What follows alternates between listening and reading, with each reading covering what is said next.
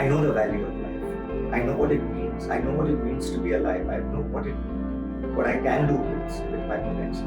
And this cancer was the best thing to happen to me. The best thing to happen to me, without a doubt. Some people are born with a silver, gold, or platinum spoon. I was born with a stainless steel spoon in my mouth. When you follow your passion, you don't have to work a single day in your life. Whatever happens is always for the best. My second favorite quote in life is, that which does not kill you makes you stronger. So one basic tenet of leadership is to walk the walk. Not walk the talk, but walk the walk. I'm lucky, I'm blessed, I'm grateful. And if I can help somebody else do the same, I would do it in a heartbeat. One of my favorite role models, Marzin Shroff. Welcome. Thank you, Marzin.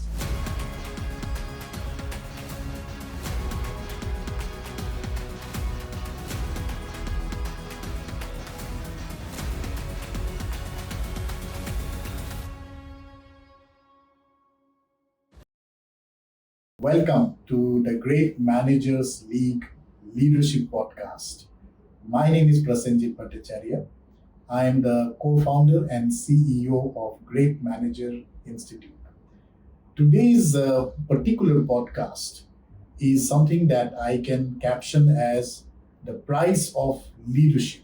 And to talk about that, I have one of my favorite role models, Marzin Shroff.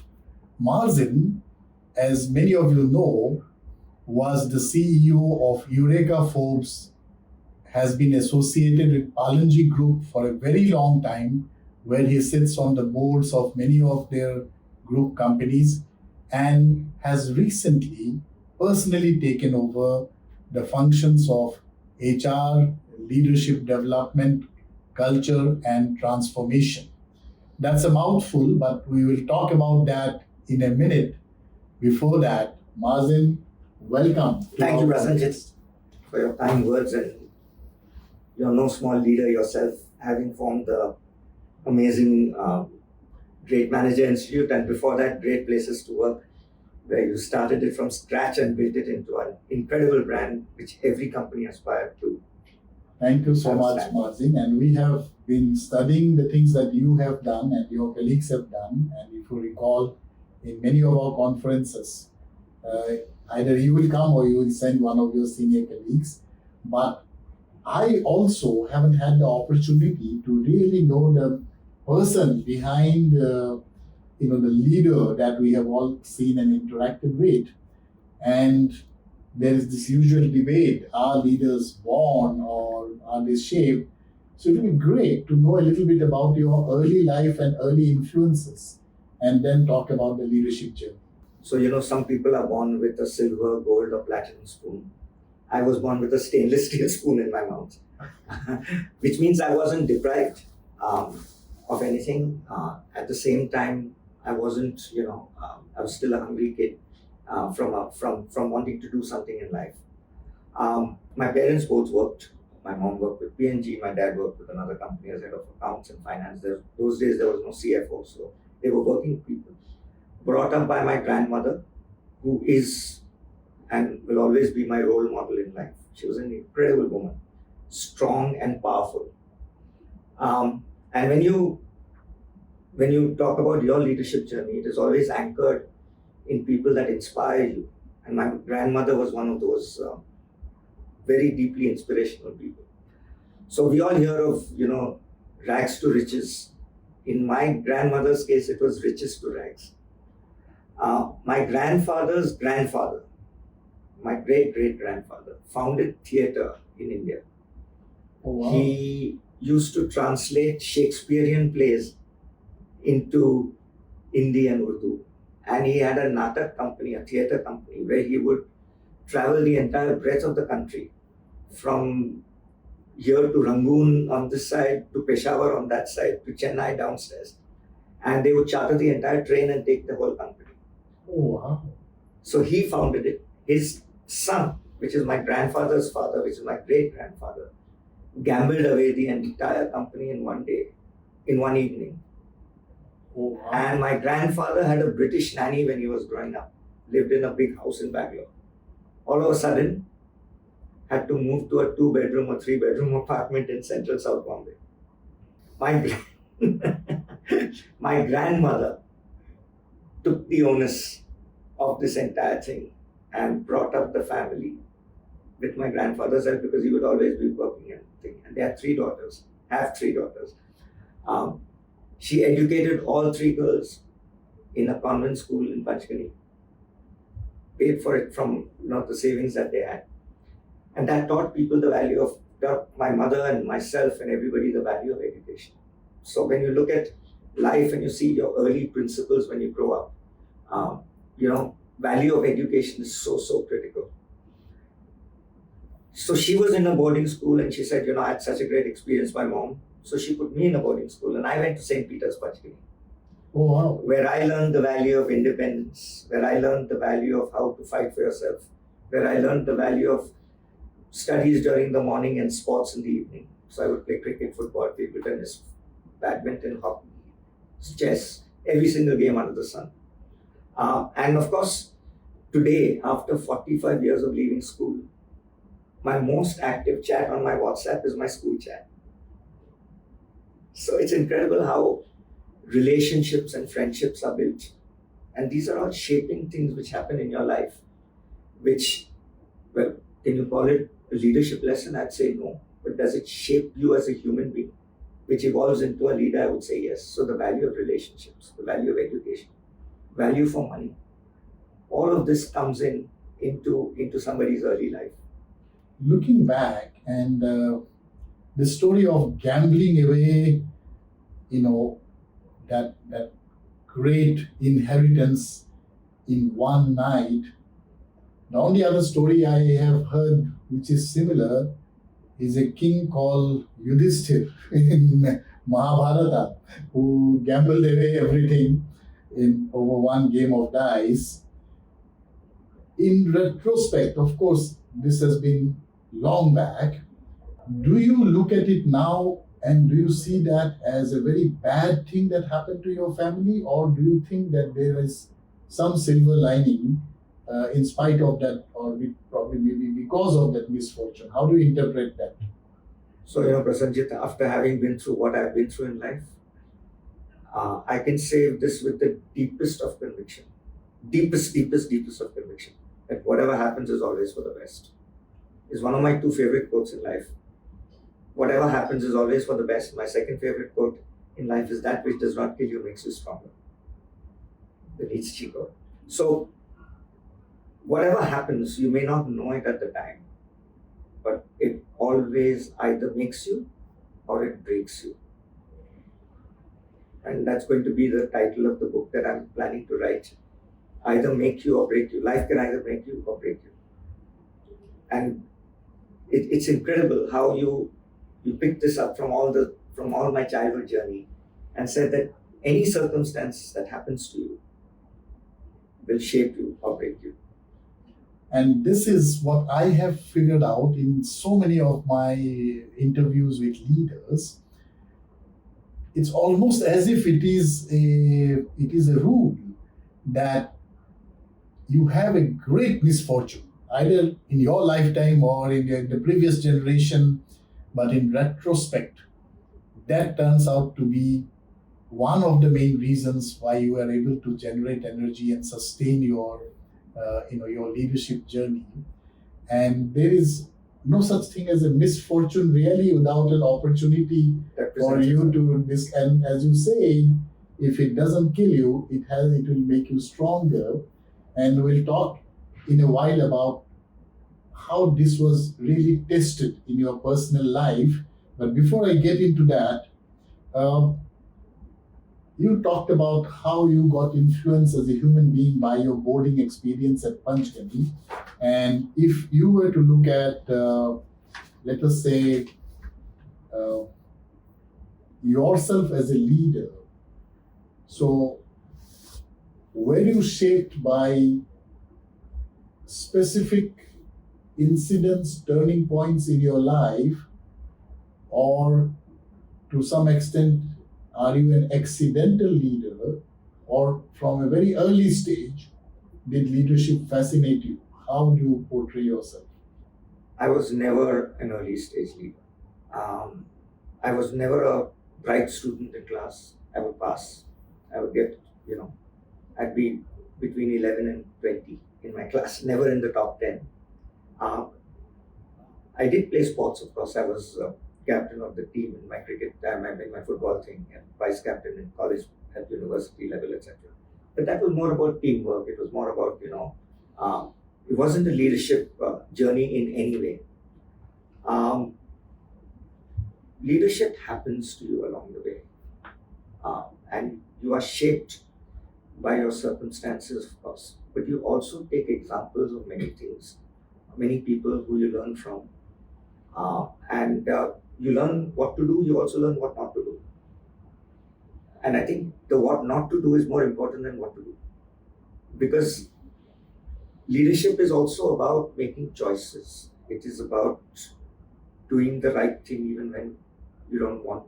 Sometimes you don't like to, or your natural inclination says no, you shouldn't, right? And those are the points in life which make you into what you are, which mold you into what you are.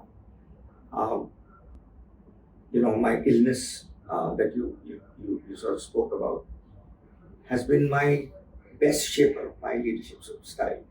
And my leadership style today is a direct result of the two cancers that I had when I was diagnosed and how I came out of it.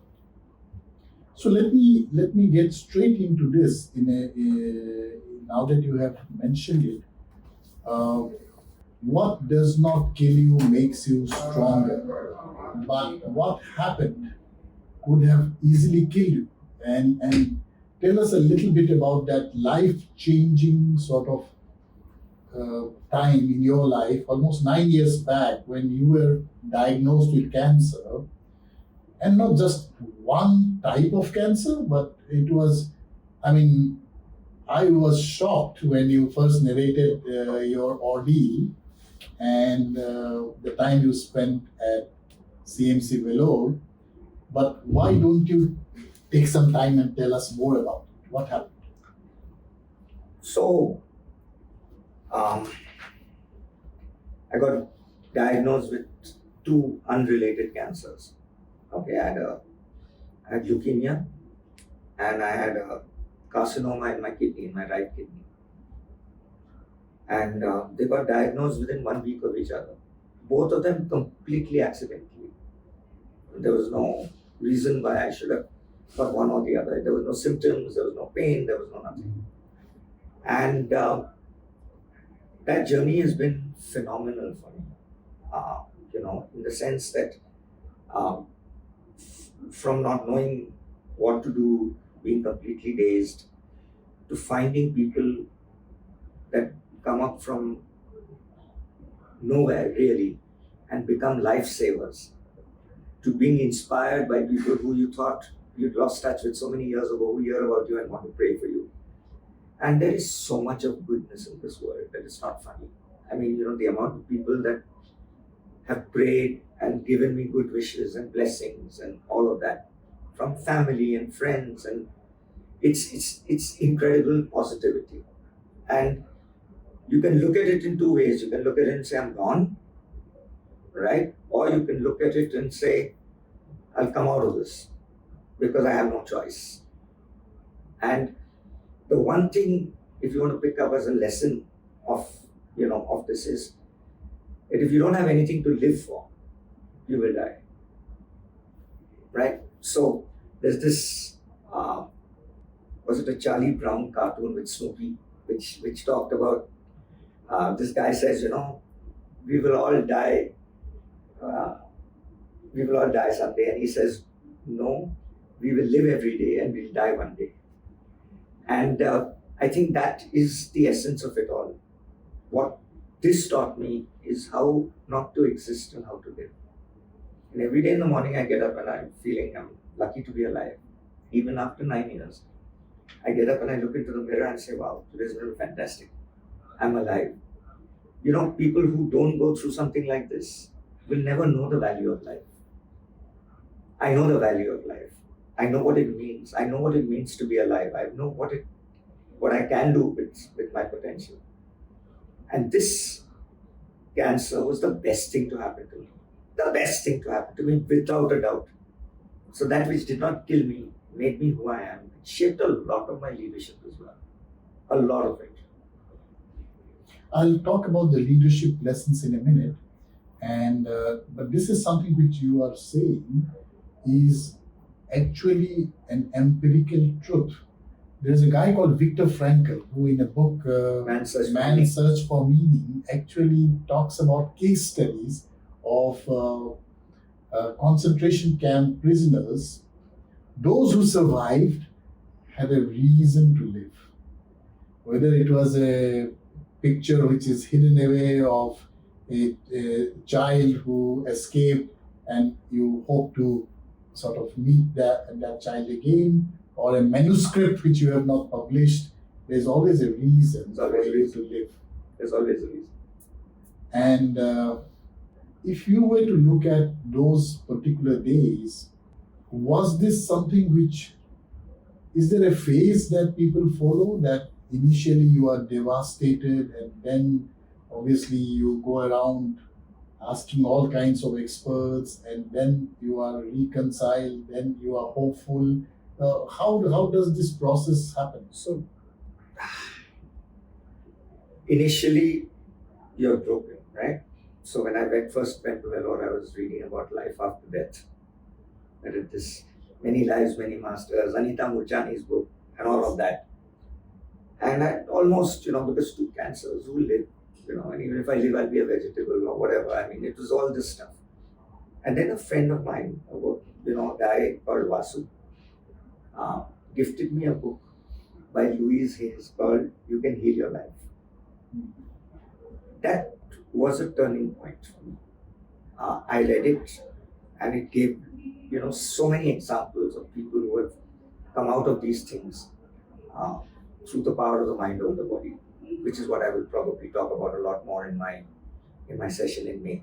Yes. That's really what I want to talk about. That's the session, the Great Managers League annual summit on 23rd of May. So in case you want to hear that fascinating part of the lived story of Marzin in terms of how he dealt with multiple cancers, lessons he learned and how he has applied it in his own life and at his work, May 23rd, be there. Marzin, we look forward to that story, but go ahead, you were talking about the CMC Vellore and what was that phase? So you go through this thing, first thinking that you're gone, and then I started actually practicing healing on myself and the power of the mind, and then I will delve into it a lot more in detail there. But I went through a down, I went through an up. There were times when I was on the 9th floor in this place. If there was no thing, I would have probably jumped out of the window. If there was an actual window, it was a glass thing. So there were times when you can't take it. There are times when you just think, and then you wake up in the morning all positive, and by end of day after the chemo, you're dead, and you go through pretty aggressive stuff. Yes. But there are times when things just happen. The love that you get from people. I mean, my ex-boss, Mr. Suresh Kuklani, was there. He would call me twice a day. Every day he would call me to see if I was well or not. My current, my boss, Shapoorji Mistry, he said, whatever it is, go get the best education you can ever have, the best treatment you can have. And that time, treatment in the US was about $2 million. Yes. He said, don't worry about the $2 million. Go there and get well.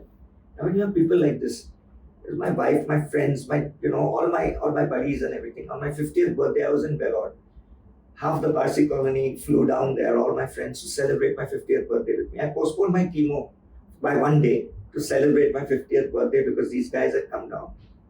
So it is the love I got from my people in Eureka Folk, the love I got from my family, my cousin, my aunt, my wife, and my everybody. It was just incredible.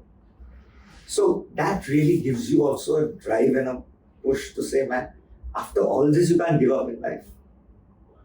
and then that, just the fact that you're going to get out, and then you set yourself a target, and you keep working on that to say, I will, and again, I'm taking away from my story, uh, but it's a fascinating journey, and I will, I don't want to get deeper into it, but yeah, it is an incredible journey. In a nutshell, you were too far invested into life to give it up, and therefore you had to see this through. And I must compliment, and I know Mr. Goklani very well. I don't know Shapur Mystery as well, but the kind of support that they gave you was simply amazing.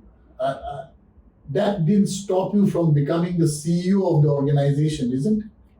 So, the same Shapoorji Mystery, when he offered me the position, asked me, he says, I want to give, I want you to run the company, but are you really well? Will you be able to do it? And I said, I will do it. And the first thing I did, I was appointed on a Friday. On Monday morning, I announced my successor and I put him into place of president of number 2 in the company. So if God forbid something were to happen to me, the very next morning somebody would step into my shoes. Oh, wow. So, yeah, So this is an incredible journey. This is a fascinating kind of journey. But let's rewind and go back a little bit more into your, your personal life. I'm told that you have one son, and he's not doing a very regular corporate role of the kind like his father has always done. So tell me a little bit about your immediate family. So, my son Zal, he's now an international DJ. He's actually a lawyer. Oh, wow. And he worked in a top 3 law firm in mergers and acquisitions. Now, ever since this boy was so small, in a Parsi Namjot or a wedding, or if there was a DJ around, he would go and stand next to the console and he would be fascinated by the music that people produce. And he would be, tapping his head and nodding his head. And we were on holiday once in Dubai, just before his 10th standard, his ICSE. And he never asks for things. My son, there's one thing about him, he doesn't ask. You give, he takes. So he asked me for a DJ console. And I said, okay, son, I'll give it to you. Earn it. So get 90% in your ICSE and you'll get a DJ console. And he got 89.5 or 89.6 and he got his first DJ console. Okay, before that he used to use my laptop. He had downloaded something called Virtual DJ on my laptop and he would fight his sleep just to play music on it, right? That was the only piece of equipment I ever bought him. After that, he funded his own equipment. Today, he has a studio at home. He has played in New York, he has played in London, he's played even in Cancun, Wow. in Bali, in Phuket, in Bangkok, every city in India. And he's just fantastic at what he does. He's incredibly talented, the boy. Now, when he was a lawyer, he was miserable. He would hate going to work in the morning. He would just long for the weekend when he could go and play in the club on a Friday night and a Saturday night. And then he came to me one day and he says, Dad, I can't do this anymore. So I said, then what the hell are you going to do? So he says, I'm going to study music and I will pay for it myself. I've made enough money. And I want to study music, sound engineering and music production. And I want to become a DJ. And first I said, okay, the kid will get out of it. I really wanted to test him. So I said, give me a business plan. How will you make money? What are you going to do? How is it going to happen? To his credit, he found his own school, right? He figured what he wanted to do. And today he is a music producer. He teaches music and he's a DJ. In the last month, he spent more nights in a hotel room than he spent at home. The beauty of his thing is that 90% of his business comes from people who've heard him and keep giving him references. So I think the lesson there, if you want to take it out, is when you follow your passion, you don't have to work a single day in your life. He's up till 5 in the morning and he's just not tired. He will play till the next morning if he has to. He hates getting up in the morning, but if he has to catch a flight, you don't have to put an alarm, he will get up himself. So that's the kid he is. Here is a dilemma, and I would like you to put both the hats. First, the hat as a father. When our generation at least, we grew up hearing things like, in Hindi there is a saying, पढ़ोगे लिखोगे बनोगे नवाब खेलोगे कूदोगे होगे खराब. So what essentially it means is that you have to be good in academics, you have to have a niche. And as a father, when someone comes and says, I want to follow my passion, and nobody has a clue whether it can actually become a profession or not, and then you are a CEO and you realize that a lot of these young kids you're probably the CEO of that law firm, and a lot of these young kids have their own dreams and passion, but they're just too scared. What is a sensible advice as a father, and what will be an advice as a CEO, and will that be different? I think the advice as a father and a CEO is the same, because eventually in a company, everybody is your child, if you look at it that way, right? If there is a genuine passion and the passion is backed up by skill, okay. Many children want to be an international cricketer, but when they get out in the middle, they can't score more than 20, 30, 40 runs. There is genuine skill, talent, followed by passion, determination, and desire. Right? Then back the horse. In my son's case, I almost pushed him to law. Okay, I'm lying. I pushed him to law. Right? I saw he was miserable. He would go to his work and he would play on the weekend. So he wanted to do A and B, and he was not ready to give up B for the sake of A.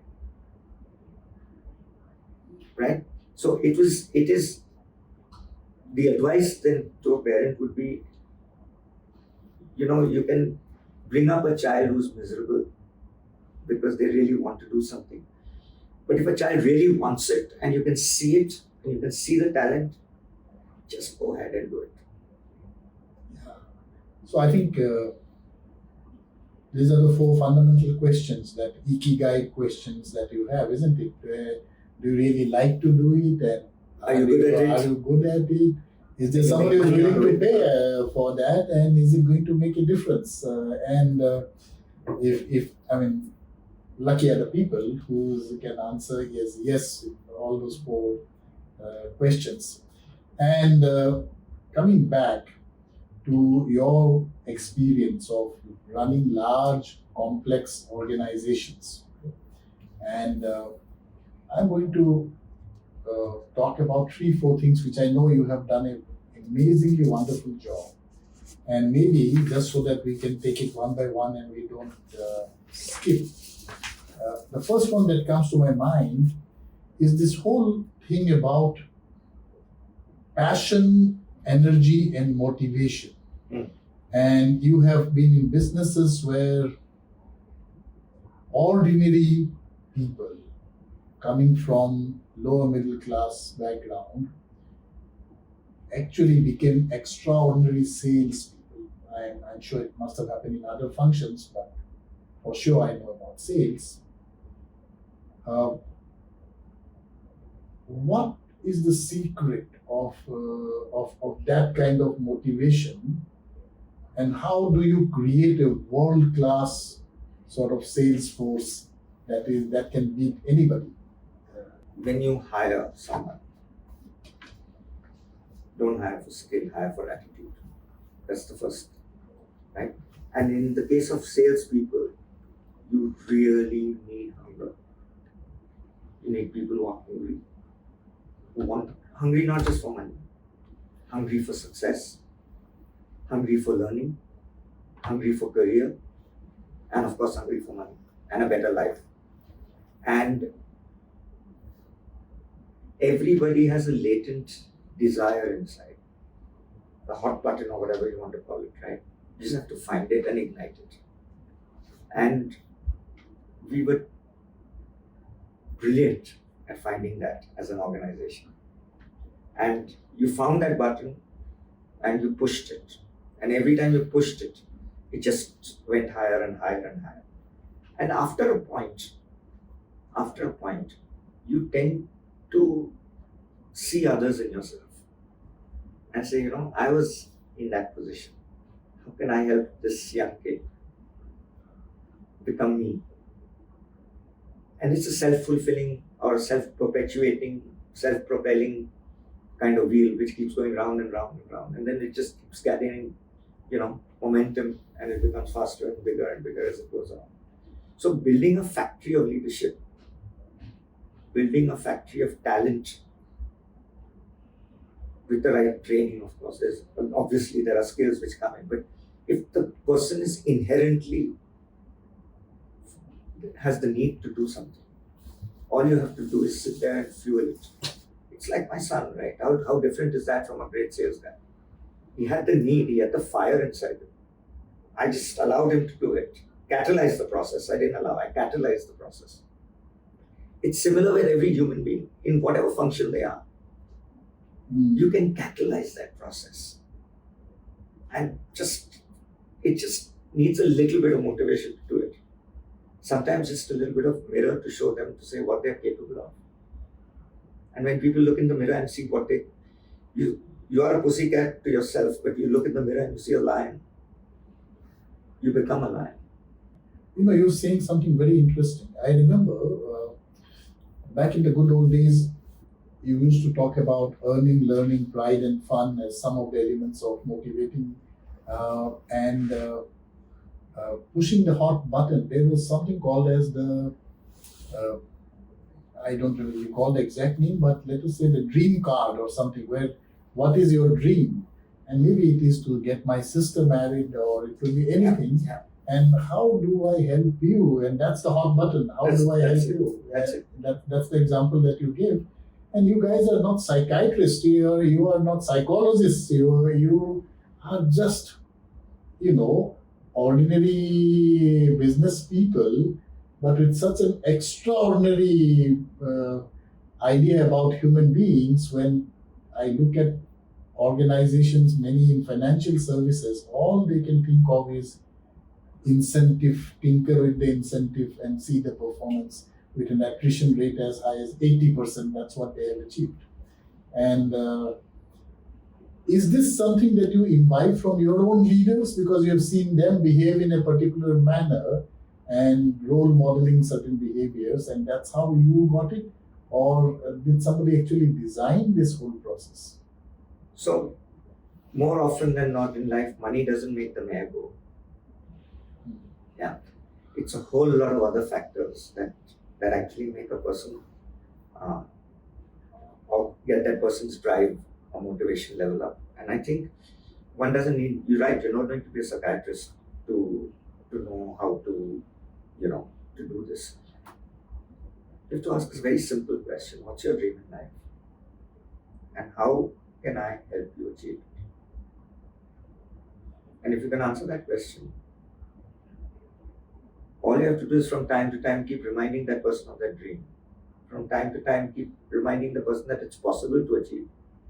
And from time to time when the person slips off the track, put him back on track and get him to follow that passion or dream or whatever he has. More often than not, it's not even a dream, it's just a need. A dream is a bigger thing, Many people just have a basic need. I need a 2-bedroom hall kitchen. I need to buy my home. That's it. Full stop. And and that's it. And then you break it down. Okay, what's your down payment? How much do you need to earn to put that down payment down? How much do you need to earn after that to keep it going? How many years do we make that target? Break it down into 12 months. This is what you need to make. For this, you need to sell X. You know, the surprising thing, which very few people understand, and I've seen organizations where in the first 3 months, people quit in large numbers because they are not able to achieve their performance. And they don't call it as attrition because they feel that if you have left because of low performance, it is not attrition.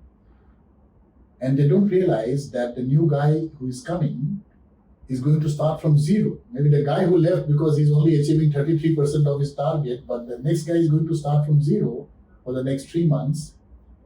And you said something about how a pussycat looks into the mirror and sees a lion. This is an amazing blind, maybe perhaps, belief in the potential of the person that is communicated by the leader or the manager, so that he starts looking at himself or herself as a successful person. Now, what is this? Do you really see the potential, or is this a trick that you play, or everybody has the potential to do trick. it? Yeah. There is no trick. There is no trick. Everybody has the potential to be what they want to be. And this is my genuine belief after seeing so many people and having interacted with thousands, if not, in lakhs of people. Thousands for sure. And all one has to do is to just ignite that passion. Reignite it sometimes we need to happen. Discover is also another word. Not everybody knows what they are capable of. There are examples that one sees. There are stories that one creates.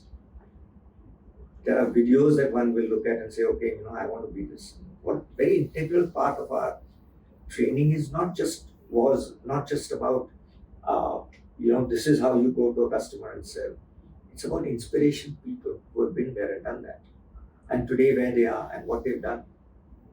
And every leader is an inspiration to the people below. Right? So if he can do it, what was he 5 years ago, 10 years ago? It was worse than what I am today. I remember you mentioned Mr. Goklani. One of the practices he had was when he was the CEO to call the best performing sales guys and get them to sit on his chair and take a photograph, visualizing that, I can be here. Yeah. And that leads me to the second part of leadership, which is there were incredible number of rituals and practices which played a big role in institutionalizing the right kind of culture. And if I were to ask you about your current role, where building the culture and transformation and people are all a part of what you do, what is the role of rituals and practices, and how do you use it to build a culture? Rituals have been around since the time of religion. Yes. Every religion is based on rituals.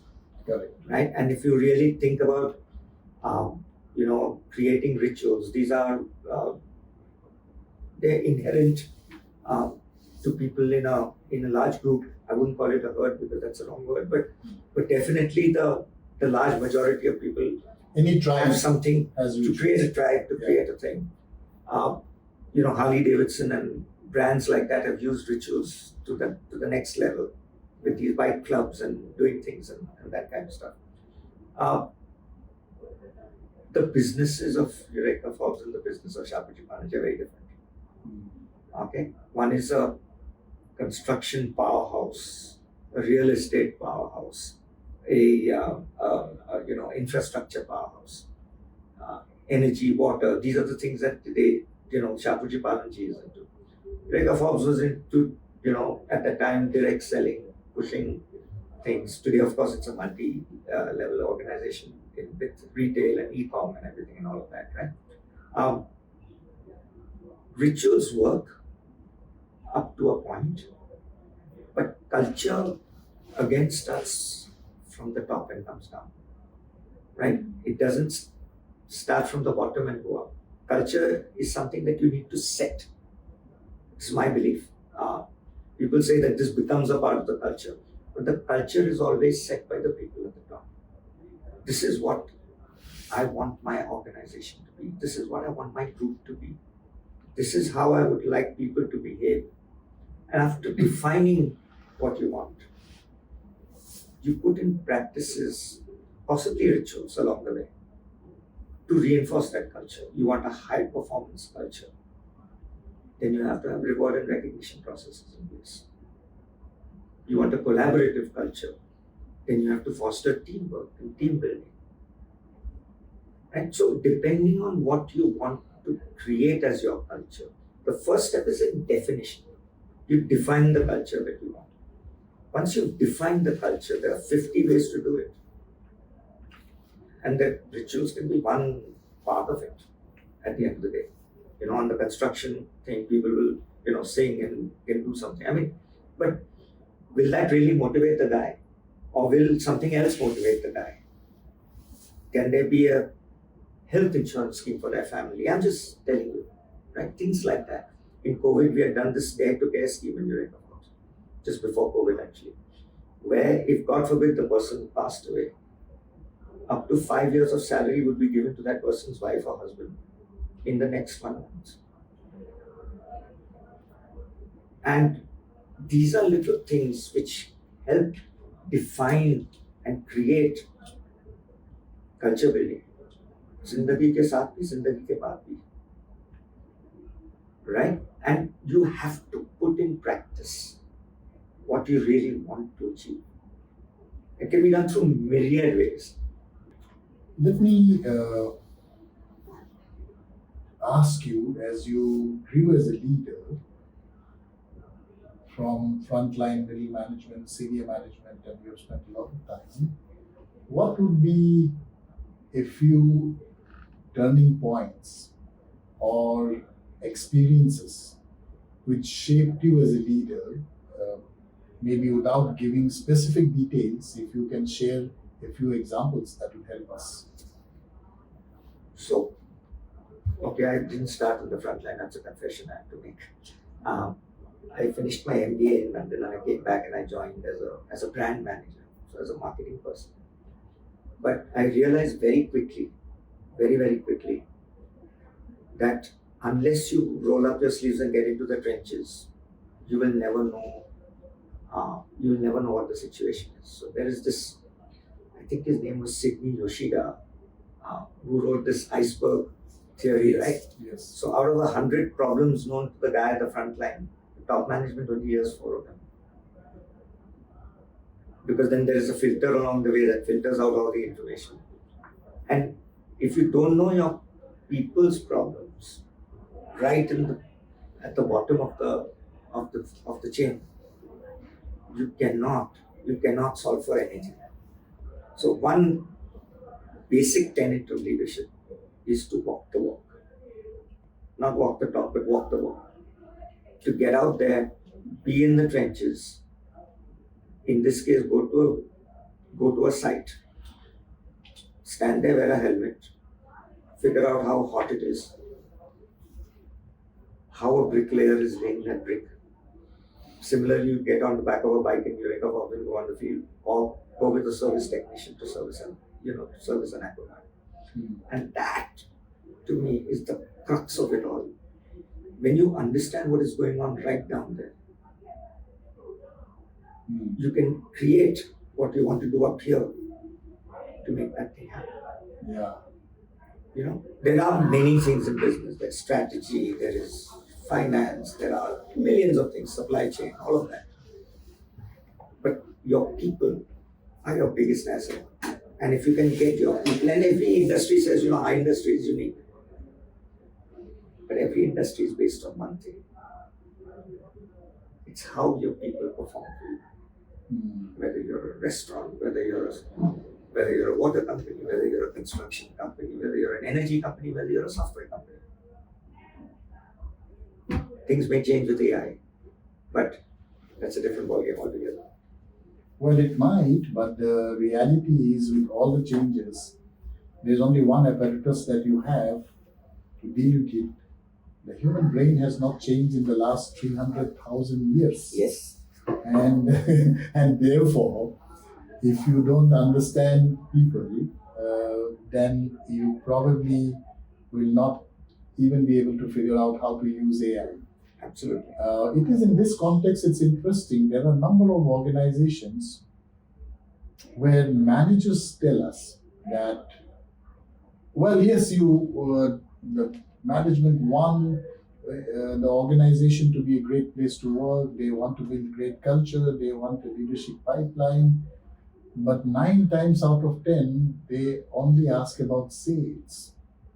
Now, how do you actually create that people performance connect when 9 times out of 10 you are only asking about performance and not about people? And isn't that a reality, or can that change? See, everybody has a role to play in whatever they do. And more often than not, people don't explain the value of that role.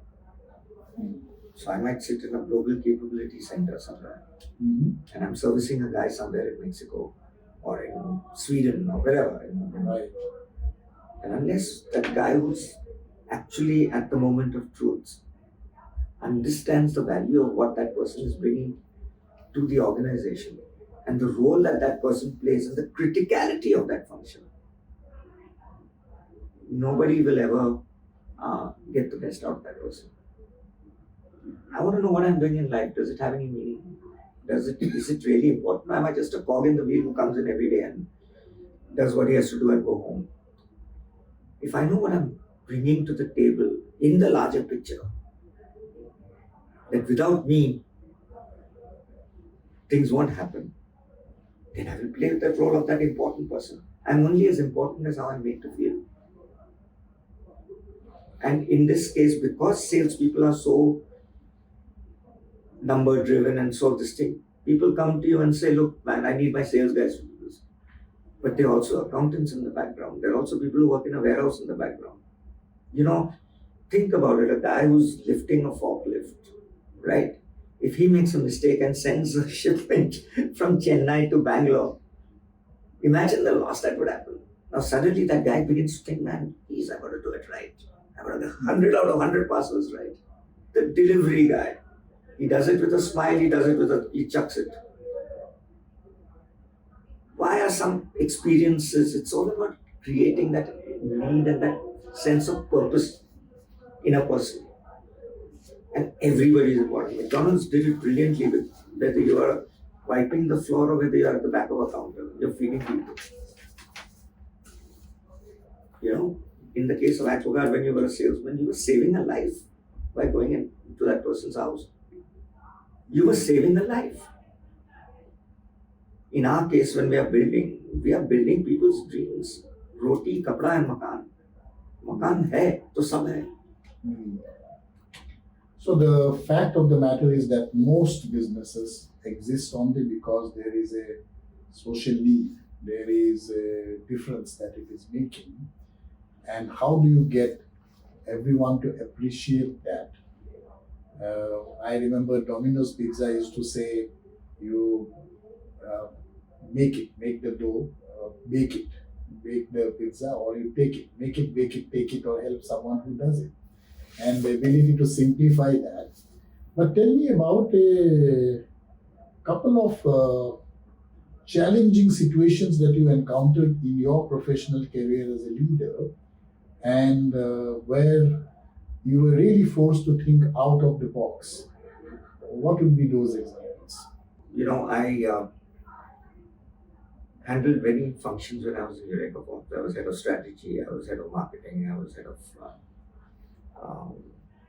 B2B business, and then I finally became head of direct sales. And when I finally became the CEO, I realized that the business, by its very nature, was direct sales focused, right? And the business was In direct sales, everybody's taught to think that they are the best, because otherwise the business doesn't work, right? And when I'm the best, I can do no wrong. And we landed up fighting inside each other. So the direct sales team would fight with the retail team, and the retail team would fight with the service team, and all of that would happen. And the enemy was outside. We were losing share. We were losing margin.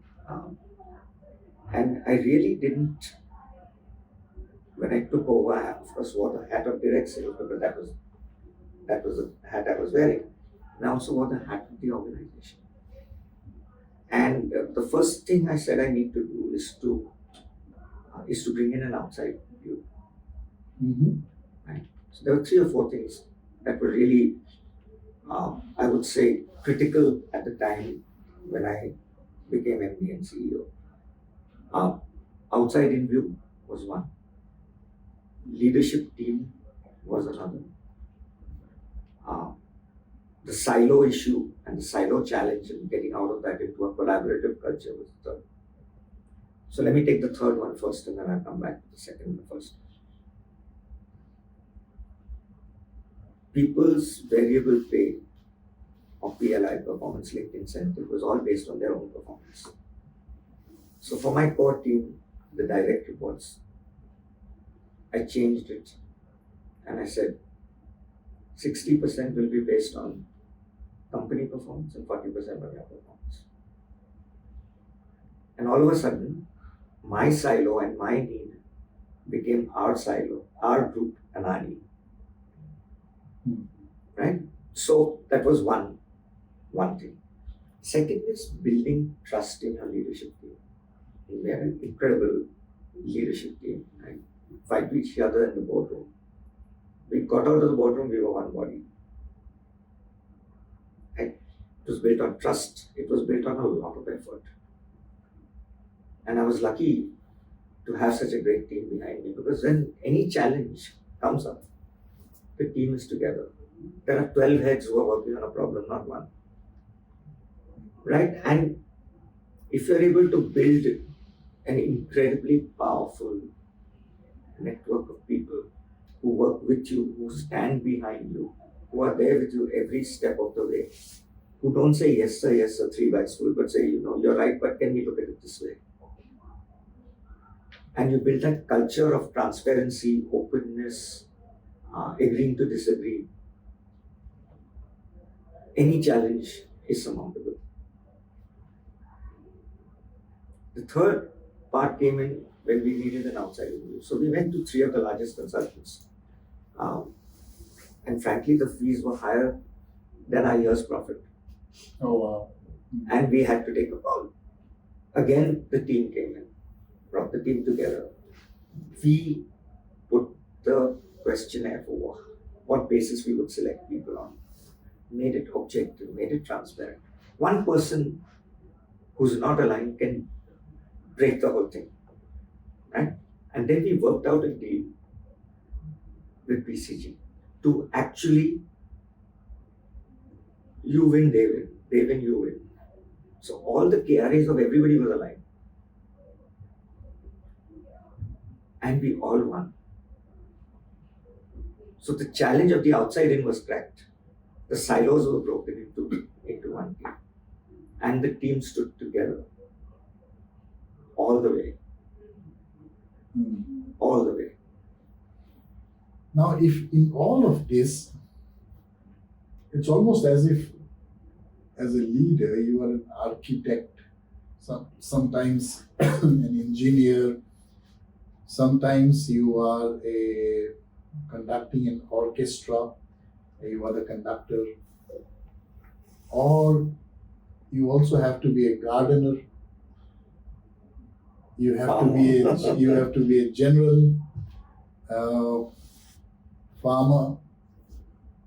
So what Storyteller. A storyteller.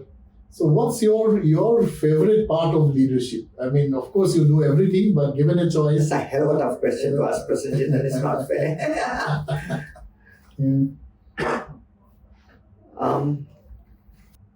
I would say the one thing you missed out is teacher. Yes. right? And I just say that instead of feeding a man fish, if you teach them how to fish, your leadership problems are solved, right? So you of course have to be a symphonic conductor to say this needs to happen, that needs to happen. You of course need to be a gardener to plant the seed so that the tree will grow. You of course need to be an architect to envision what the company of the future looks like. But the one thing, if you ask me for one thing, you have to teach people how to fish rather than fishing and giving them food. And inspiration. It's a very underrated thing because nobody teaches you how to inspire people. But inspiration to me is one of the key tenets of leadership. Right? There will be genuineness. You are who you are. What you see is what you get. You put on a show, everybody will see past you. Right? Genuineness. Servant leadership. When you sit on that chair, you are not, everybody's not at your feet. You are at everybody's feet. Being able to understand that you are serving the people, not commanding them, is very, very critical. Third is inspiration. Be able to tell stories, to be able to get people aligned, to give them purpose, to give them meaning, to make their lives better. Right? And genuineness comes with trust and humility and all of that. And the ability to be a team builder. To build strong, powerful teams who do cross-cultural stuff, who don't only look at their job as their job, but look at everybody else's and say, how can I help you there? And that's it. Wow, you make it sound quite simple. And of course, underneath all of that is the leader managing himself or herself. And therefore, that's also something we don't teach. We don't teach in school, we don't teach in college, we don't teach in organizations. Right? And that's amazing. So quick rapid fire and then we are going to end. Have I taken too long? No. This is very interesting. Nobody's going to sleep. Right? No. This is very interesting. So the rapid fire will be some random questions and you don't have enough time to think, but give me your answer that comes to your mind. Is there any book which has left a profound impression on you and shaped your leadership style? Many, but I will name. Can I name one or two or three or one? Maybe one or two books. Yeah. So one will be $1 Trillion Coach. Oh wow. Okay. Yeah, that would be the one. Okay. So move next question. Next is any specific leader, business leader or any other leader, historical leader that you admire and why? My grandmother. I thought you'd say that. For all the reasons that I mentioned above. Yes. And real life leader, real life example. There's so many. There are so many. This is to me a real life example. Exactly. So it's a real life example. And nobody will ever call their grandmother a hero. She was. It was incredible. What do you do? I mean, your son is a DJ, and I suppose that's also relaxing for him. But what do you do after a long day to unwind and relax? So I go home and I listen to music. Strange, but it's true. I actually do listen to music. And depending on my mood, whether it's jazz, it could be rock, it could even be deep house. I mean, I have a genre which is unbelievable. I listen to all kinds of music. Wow. And it depends on the mood. And at times I would sit, with my dear spouse and we'll watch a movie, sometimes a glass of ouzo or a glass of whiskey. We'll sit down and we'll chill. She likes her tequila, I like my whiskey or my ouzo. Wonderful. We better end this quickly because today is Valentine's Day and I don't want to keep you away from your wife for long. And but before you go, give us one piece of advice for aspiring leaders, particularly young leaders, and if you were to also distinguish it from advice to young entrepreneurs, what would be your advice? Young, you said, right? Because today's Yes. youth doesn't have any patience. Yes. I would say that life is a marathon and not a sprint. Patience is missing in a lot of youth today. Everything is here and now. This is the here and now generation. Um, and I think slightly older leader would be slightly different advice. Um, to be a candle. When a candle lights another candle, it doesn't extinguish itself, but it can make 100 candles from that. And if you are a true leader and you touch lives of people, touch as many lives as you can, Spread the light. inspire people as much as you can, make them better than what they were before they met you. And that's the purpose of my life as well. To spread inspiration to people, to make them better than what they were before I walked into that life.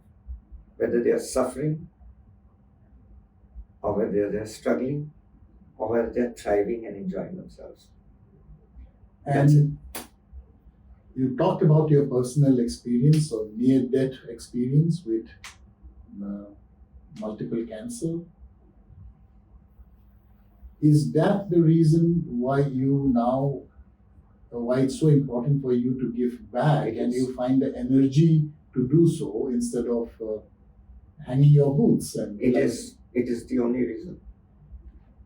Because if you have lived the last 9 years, survived, lived, become the CEO, and now even a larger role, there must be a purpose for which you have not yet served, and that is to impact others. Is that a fair way of summing up?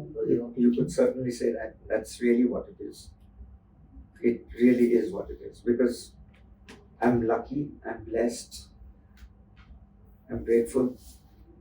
And if I can help somebody else do the same, I would do it in a heartbeat. Marzin, such a pleasure meeting you and such an inspiration. Thank you. for Thank you so much, Prasad. Thanks a lot.